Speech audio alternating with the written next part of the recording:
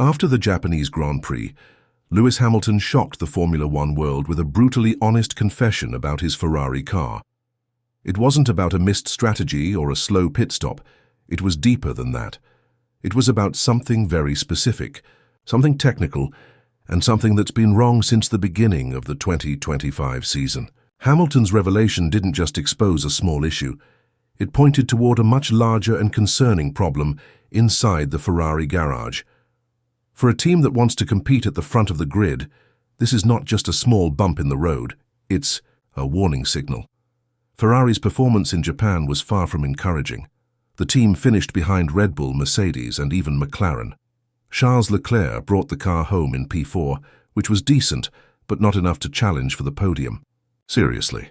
Hamilton, on the other hand, could only manage P7. What made this result even more concerning was the fact that it wasn't just about raw pace. It was about a deeper issue that has been troubling Hamilton's side of the garage since the very first race of the season. After the race, Lewis Hamilton made a revelation that left the Formula One paddock stunned. He said that there's a specific part of his SF25 car that has not been working properly. He didn't mention the exact component, probably because of Ferrari's internal rules, but his tone said everything. It's not a small problem. According to Hamilton, it's a key part of the car that's holding him back, and it has been since the first race of the year. In his own words, Hamilton said, "With what I had, that's the best result I could get." That sentence might sound simple, but it carries a heavy message. Lewis Hamilton is not a rookie. He is a 7-time world champion. He has won races in bad cars and under difficult conditions. If he says he gave everything and still couldn't do more, then clearly something is very wrong.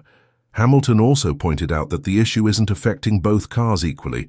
It's something specific to his side of the garage. That makes the situation even more complicated. It means that Ferrari may be dealing with inconsistencies in their setup, or possibly even manufacturing problems. When a team can't provide both of their drivers with equal machinery, it's not just a performance issue, it becomes a trust issue. One of the most worrying parts of Hamilton's statement was about Ferrari's current performance level. According to him, Ferrari is not even the third fastest team right now. They are fourth. That puts them behind Red Bull, McLaren, and Mercedes. For a team like Ferrari, with all its history, money, and resources, that's a big failure. Hamilton joined Ferrari to win races and fight for a championship. But if the car is only the fourth fastest on the grid, that goal is slipping further and further away. Another thing Hamilton talked about was the setup of the SF25. Ferrari was forced to raise the ride height of the car after the disqualification in Shanghai. That disqualification happened because Hamilton's plank wore down too much during the race. To avoid another penalty, the team increased the ride height, but that came at a cost. A higher ride height reduces aerodynamic grip, especially in high-speed corners. At a track like Suzuka, which has many high-speed sections, that's a huge disadvantage. Hamilton explained that the changes in ride height led to more understeer, less rear stability, and a narrower performance window.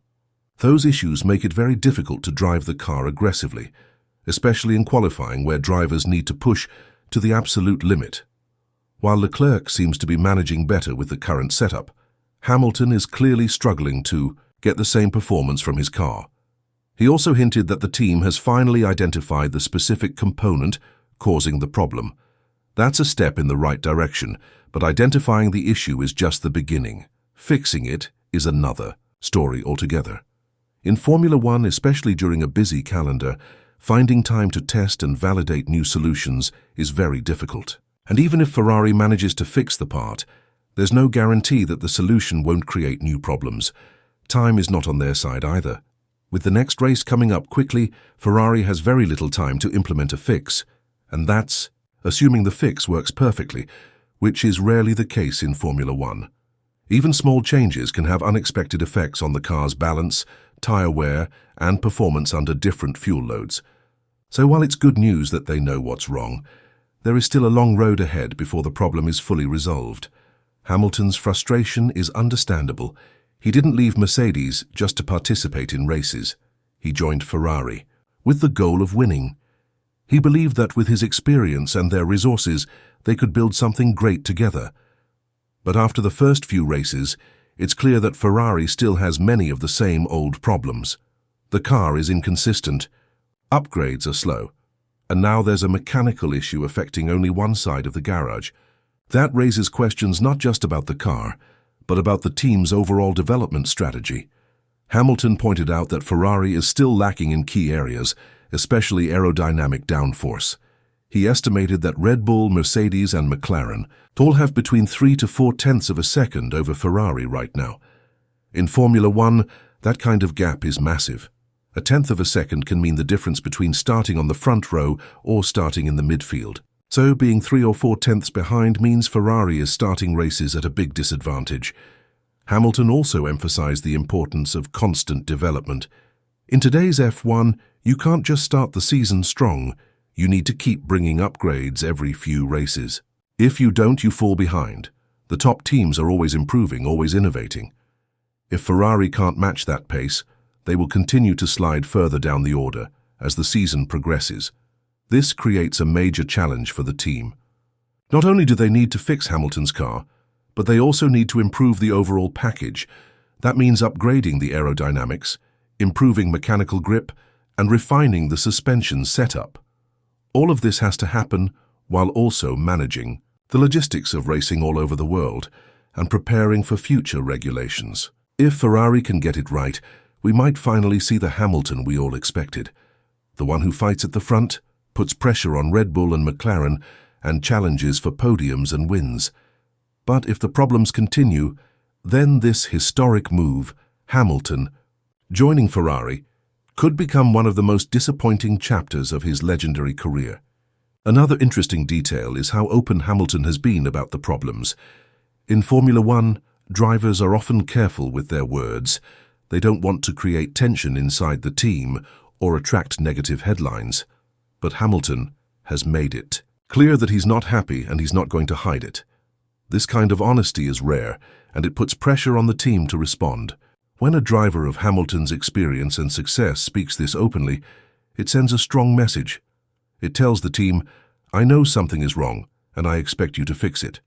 It also tells the fans and media that the problems are not just about the driver adapting to a new team. They are real technical issues that need attention. It's also worth noting how this affects team morale. When one driver is struggling and the other is doing better, it can create tension. Engineers may start questioning the car setup, the data, or even the driver's feedback. It becomes harder to work as a united group. That's why it's so important for Ferrari to solve this issue quickly, not just to improve results, but to keep the team working together smoothly. Ferrari has had a long history of internal struggles, whether it's strategy errors, management, changes, or driver tension. The team has often found ways to complicate their own progress.